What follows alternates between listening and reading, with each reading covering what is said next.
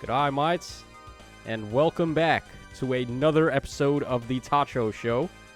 So, we head over to the Summon tab, and we have this New Heroes Return banner, which is pretty interesting, because, of course, you have Duo Marth on this banner for some reason.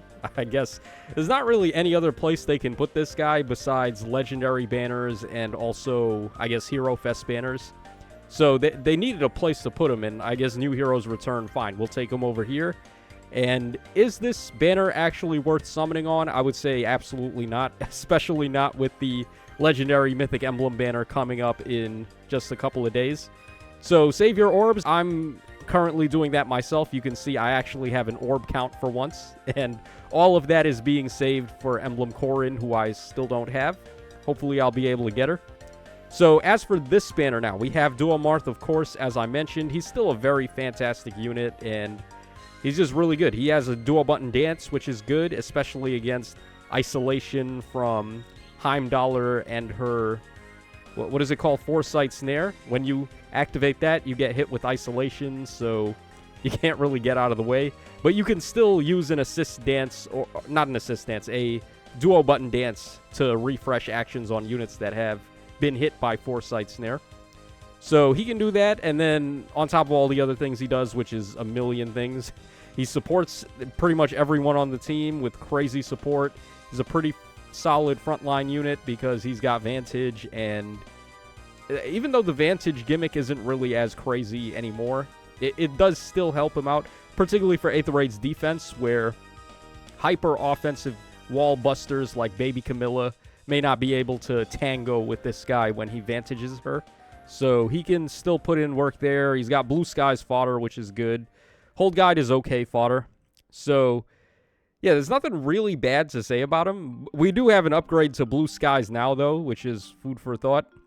He's color sharing with Noire over here, who is also okay for fodder, but I wouldn't recommend it anymore.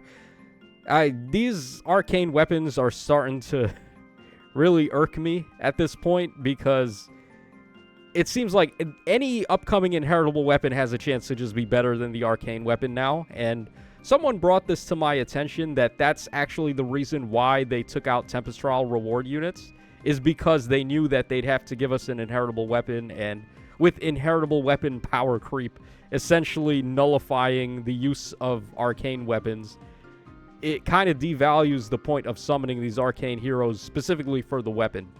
So I don't know. That could be true. That could be false. I don't know. But what I do know is that Noire is okay. She's nothing game-breaking. She's nothing special. She's got okay fodder, I guess. Actually, no, she doesn't. Curve shot, out the door. Attack speed, hex edge, whatever. Speed taker, no. So, yeah, just unless you've already given her stuff, not really worth summoning. Alright, then over here on blue, we have the Fallen Dedue, who, again, they really could have gave him a better beast skill than Assault Fighter, but I guess it is what it is. He does have one interesting gimmick where he can save allies that are in 4 spaces, so that could come in handy, but the problem is that he's unable to tank anything. So even though he can save within 4 spaces, it doesn't do him any good if he still explodes when any tank or any wall buster just looks in his direction. So not the greatest, and then his arcane weapon is even more useless because it's only for armored beasts, which, how many of those do we even have? Not many. And then sturdy beast is okay, but at this point you probably just want to go for like flame wall or comet or I don't know, something better. Arc rival even. Okay, he is accompanied by Nuba on blue, and Nubaba's in a little bit of a better spot because she is infantry, so you can give her some key skills like Canto Curb and stuff that are good for duplication. And her high res does play up to giving her Ice Wall, even though she doesn't default with it. Her weapon is not that great compared to some of the other blue tomes that we've got access to. So, yeah, again, like these arcane heroes really don't have much value anymore, especially not even as fodder banks, I want to say, because right now, passive skill power creep is at an all-time high. You're lucky for a passive skill to even last through the month before being replaced. So even that devalues what used to be really good heroes to summon for value. Now they just don't have any value anymore. And it's kind of upsetting that even the fodder bank units that were supposed to help us out and help us keep up can't even do that anymore. So, yeah, I didn't mean for this to tangent off into something super negative, but I gotta call it as I see it. All right, then we have Jazzy over here. Pajazzy, Thazzy, however you want to say her name, whatever. The big, thick Amazoness woman. So, yeah, she's an armored unit, good for duplication, although her unique is in her B skills, so if you gave her some of the good B skills, like Shield Fighter, for example, she wouldn't be able to use it herself. It's just for giving it to your allies, although that can still come in handy.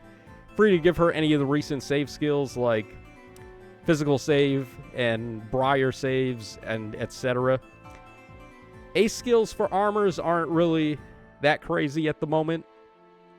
What ace skill are armored units even using right now?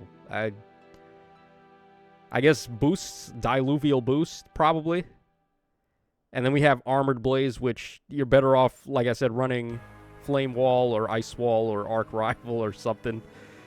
All right, then she is accompanied by Lilina, who I will admit, Lilina at least has a little bit of value. Maybe Nuba as well. I'm downplaying one thing, and it's that these characters are from titles where they could actually help you out in limited hero battles. Like, Binding Blade doesn't have that many good options. Remember that Binding Blade fight where we had to do the Needhogger Mythic map? That one was not fun. And this Lilina was one of the more sufficient options you could use for actually beating Needhogger on that map.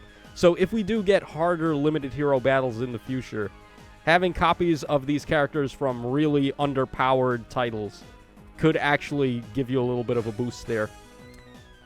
All right, then, well, let me finish talking about Lilina at least. So she does have the AoE spam, which is cool. Her base kit is, I guess it's serviceable, even though all these skills are outdated at this point. It's still okay out of the box. Like, you can just give this to anyone and they'll be at least decent, even though they won't be meta.